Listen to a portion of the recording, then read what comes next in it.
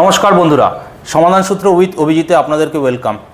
2024-25 মানে 2024-25-এর যে financial year, সেই অনুযায়ী ভারতবর্ষে 1000 কোটি টাকার ইউপিআই ফ্রড ট্রানজ্যাকশান হয়েছে। 1000 কোটি টাকা। আমি আজকে আপনাদেরকে এই ভিডিওতে জানাবো যে ইউপিআই ফ্রড কিভাবে হচ্ছে, আপনি ইউপিআই ফ্রড থেকে বাঁচার জন্য কি কি স্টেপস নিতে পারেন, আর তার সাথে সাথে কিছু লাইভ এক্সাম্পল দেব যেগুলো মানুষের সঙ্গে হয়েছে। সুতরাং ভিডিওটি আপনারা পুরোটা দেখবেন, অনেক নলেজ পাবেন। দেখুন, আমি কন্টিনিউয়াসলি নলেজের ভিডিও বানিয়ে যাচ্ছি। হয়তো যে পরিমাণ ভিউজ আমি আশা করি সেই পরিমাণ ভিউজ আমি পাই না, কিন্তু আমি জানি আমি যে ধরনের ভিডিও বানাচ্ছি এগুলো আজ না হোক কাল মানুষের কাজে আসবেই। আর অ্যাওয়ারনেস থেকে বড় জিনিস হয় না, জানকারি থেকে বড় জিনিস হয় না। এভাবেই আমি মানুষের উপকারে আসতে পারি, তাই আমি কন্টিনিউয়াস ভিডিও বানিয়ে যাচ্ছি। আপনাদের ভালোবাসায় আজকে 2000 সাবস্ক্রাইবার হয়েছেন, কিন্তু আপনারা যারা আমার সাবস্ক্রাইবার তারা ভালো করে ভিডিও দেখছেন না, পুরো ভিডিও দেখছেন না। সুতরাং আপনাদের নলেজটা অর্ধেক রয়ে যাচ্ছে। দয়া করে পুরো ভিডিওগুলো দেখবেন এবং নলেজ নিয়ে নিজেদের জীবনকে আরও সুখের এবং শান্তির করে তুলবেন। যাই হোক বন্ধুরা, চলে আসছি টপিকে। ইউপিআই ফ্রড ট্রানজ্যাকশান কিভাবে হচ্ছে। দেখুন, প্রথম যেটা হচ্ছে সেটা হচ্ছে কিভাবে এসএমএস আসছে। অনেক সময় কোনো এসএমএসে আমরা ক্লিক করি যেখানে আপনি এত টাকা প্রাইজ মানি পেতে পারেন বা এটা আপনার লাভ হতে পারে। এই ধরনের ট্রানজ্যাকশানে কি হয়, আমরা ক্লিক করে ফেলি এবং তারপরে সেই এসএমএসটা ওপেন হয়ে যাওয়ার পরে হতে পারে যে আপনার যে লিঙ্কটি আপনি যেই ক্লিক করলেন আপনার কিছু ডাটা ওদের কাছে চলে গেল। এটাকে বলে ফিশিং। এইভাবে মেলও আসে, কখনো কখনো আমরা মেলেও ক্লিক করে দিই। দেখুন, গুগল থেকে দেয় যে যদি আপনি এই মেল আইডিটাকে না চেনেন তাহলে আপনি ওই যে অ্যাটাচমেন্টটা আছে ওটা ওপেন করবেন না, কিন্তু তা সত্ত্বেও কিছু মানুষ করে ফেলে।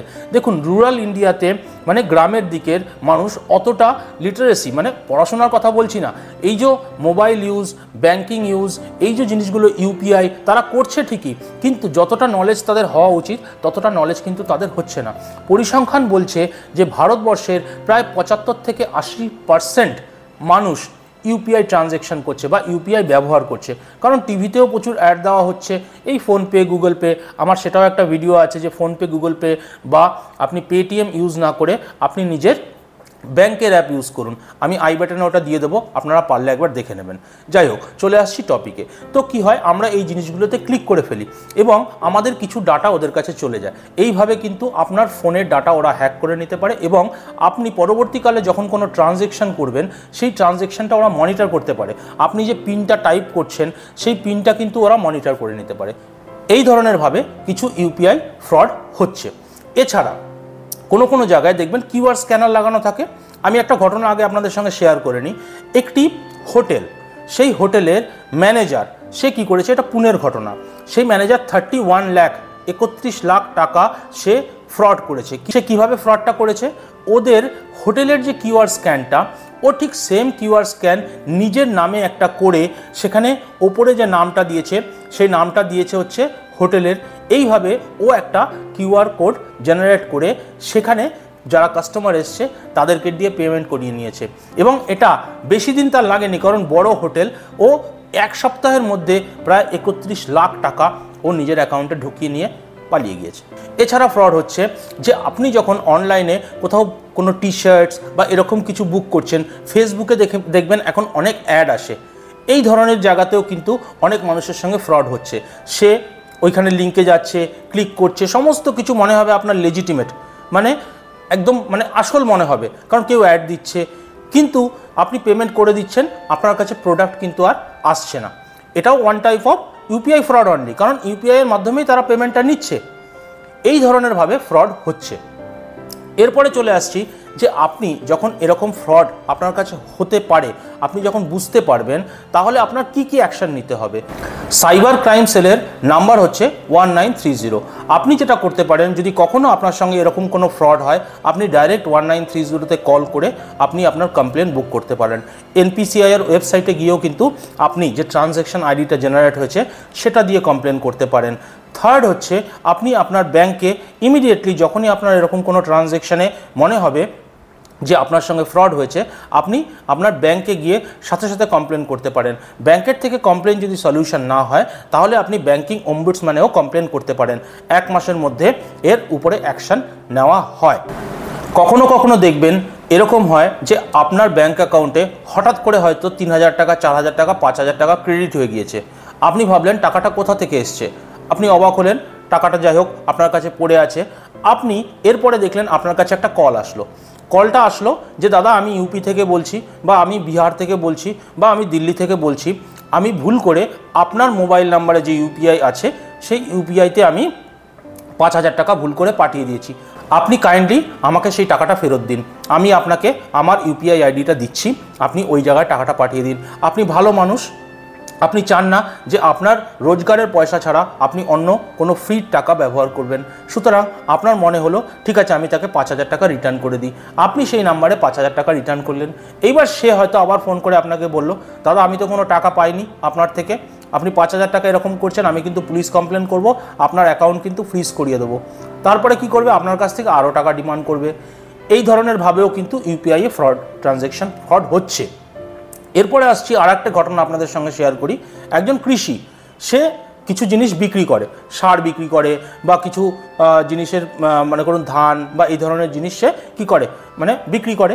এইবার একজন কি করেছে, তার কাছ থেকে এরকম কিনেছে, তাকে 40,000 টাকা পেমেন্ট করেছে, মালটা নিয়ে সে চলে গেছে, 40,000 টাকা তাকে পেমেন্ট করেছে। এরপরে সে এত বদমাশ, সে গিয়ে কি করেছে না পুলিশে কমপ্লেন করেছে যে আমার টাকা ভুল করে ওনার কাছে চলে গিয়েছে, উনি আমাকে এখন আর রিটার্ন করছে না। ওখানে ট্রানজ্যাকশানে দেখাচ্ছে যে ওই ব্যক্তির নামে ইনি ইউপিআই ট্রানজ্যাকশান করেছেন 40,000 টাকা, কিন্তু ওখানে গিয়ে পুলিশে কমপ্লেন করেছে যে উনি আমার টাকা ফেরত দিচ্ছেন না, আমার টাকা ভুল করে গেছে। মানে ও যে মালপত্রটা ওখান থেকে নিয়েছে সেটা পুরোপুরি গায়েব করে দিয়েছে, কোনো প্রমাণ সে দিতে পারছে না। সেই কৃষি মজুর সে কী করবে, ও বলছে পুলিশকে যে না স্যার আমি ওকে মাল বিক্রি করেছি, তবে গিয়ে ও আমাকে 40,000 টাকা পেমেন্ট করেছে।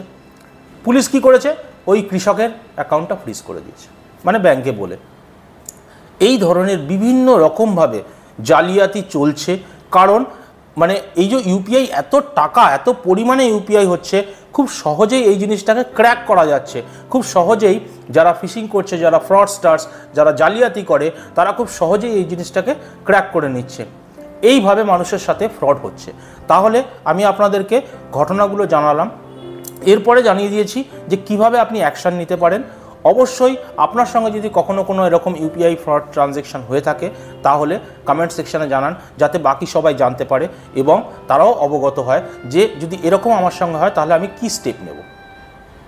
বন্ধুরা, আশা করি ভিডিওটা ভালো লাগলো। যদি ভালো লাগে প্লিজ একটু লাইক করবেন, আপনার বন্ধুবান্ধবের মধ্যেও আত্মীয় স্বজনের মধ্যে শেয়ার করবেন, তাদেরও একটু নলেজ বাড়বে। দেখুন, নলেজ ছাড়া আমাদের কাছে এখন আর কোনো অপশান নেই। নলেজ যত নেব ততটাই সেফ থাকবো। ভুল কি আমাদের দ্বারা হয় না? মনে করুন আমি আপনাদের সঙ্গে আর একটা ঘটনা লাস্ট যেতে যেতে শেয়ার করে দিচ্ছি। আমার সঙ্গে কি হয়েছিল, আমার সঙ্গে এরকম একটি ইউপিআই, বেশি টাকার নয়, মাত্র 50 টাকার হয়েছে। কিন্তু হয়েছে আমি এরকম টাকা পাঠিয়েছি, মানে একটা দোকান থেকে কিছু কিনেছিলাম, সেখানে 50 টাকা ট্রানজ্যাকশান করেছি। ও ক্লেম করছে যে আমার কাছে টাকা পৌঁছায়নি, সেই টাকা পৌঁছে গিয়েছে অন্যের কাছে, সে ওটা ক্লেম করছে, কিন্তু আমার কাছে কোনো অপশান নেই। ও বলছে দেখুন মাইক আওয়াজ আসেনি, ও আমাকে স্টেটমেন্ট দেখালো, দেখুন আমার অ্যাকাউন্টে পৌঁছায়নি। 50 টাকার ব্যাপার, বেশি আমি লম্বা ব্যাপারটাকে টানিনি, তাহলে হয়তো আমি অন্যভাবে আরও টেনে নিয়ে যেতাম, কিন্তু ভাবলাম যে ঠিক আছে 50 টাকার ব্যাপার, আমি ওকে ক্যাশ দিয়ে দিলাম। তো মানুষের সঙ্গে এরকম হয়, কিন্তু আমরা একটু লজ্জা পাই বলতে যে আমার সঙ্গে কি করে ফ্রড হয়ে গেল, আমি একটা এডুকেটেড মানুষ, আমার সঙ্গে কেন ফ্রড হবে। তো এরকম কোনো ব্যাপার নেই, ফ্রড যাত্রার সঙ্গে হতে পারে। সুতরাং আপনাদের সঙ্গে কোনো ফ্রড হলে একটু শেয়ার করবেন। বন্ধুরা, সবাই ভালো থাকবেন, সুস্থ থাকবেন।